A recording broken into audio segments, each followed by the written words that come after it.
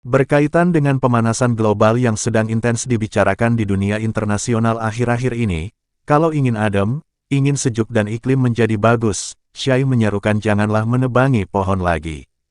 Tapi sebaliknya, hendaklah menanam. Para pendahulu telah bertanam untuk kita, sekarang kita menanam untuk para pelanjut, belajar hidup bersama yang harmonis, belajar mencintai alam dengan menata lingkungan. Kita menanam bibit pohon untuk puluhan tahun ke depan. Kita mendidik umat untuk membangun jiwa raga manusia yang bijak bestari.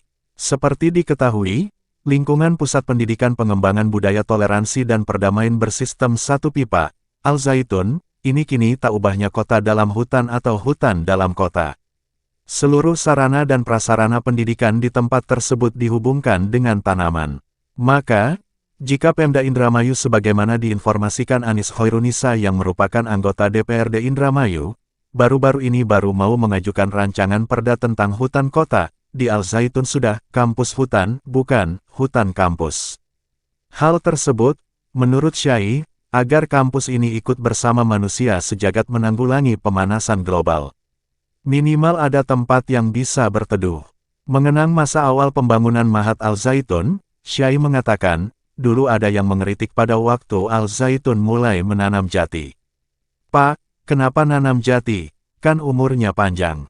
Kapan kita panennya? Kata pengeritik. Menjawab pertanyaan itu, Syai ketika itu mengatakan nggak apa-apa.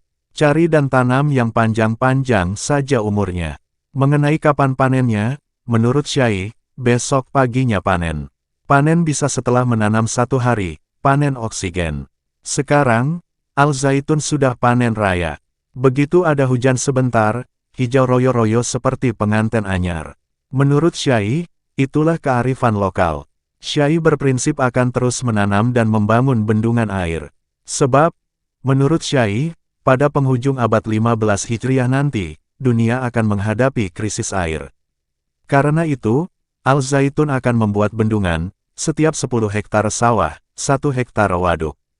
Al-Zaitun juga tengah mencoba, di daerah yang irigasi teknisnya tidak bagus itu akan menghasilkan padi 1 kali, bawang 1 kali, cabai 1 kali, dalam penanaman 1 musim tanam, 1 tahun. Dijelaskan, kalau padi, dengan pengairan yang bagus, 1 tahun bisa mendapat 7 ton sekali tanam. Jika dikalikan Rp2.500, hasilnya akan mencapai Rp17.500.000.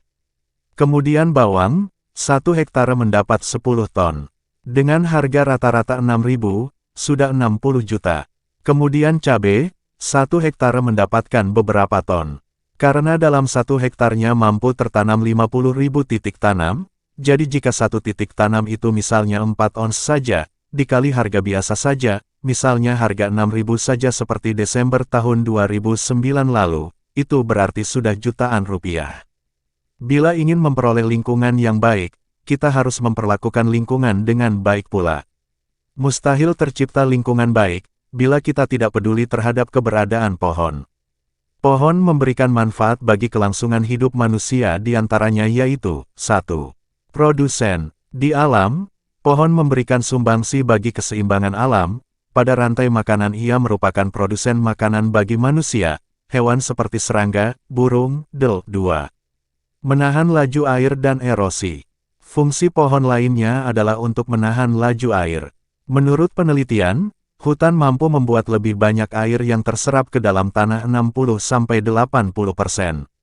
Dengan kemampuan ini, keberadaan pohon dapat meningkatkan cadangan air tanah. Selain dapat menahan laju air, akar pohon berfungsi erosi tanah. Tanah yang terkikis akan masuk ke aliran sungai dan menyebabkan terjadinya endapan. 3. Menjaga kesuburan tanah. Bila permukaan tanah banyak ditanami pohon, saat hujan turun, butir airnya tidak langsung menimpa permukaan tanah, tetapi ditahan oleh daun, ranting, dan batang pohon, sehingga mengurangi gaya gerus air terhadap tanah. 4. Menghasilkan oksigen dan mengurangi karbon dioksida.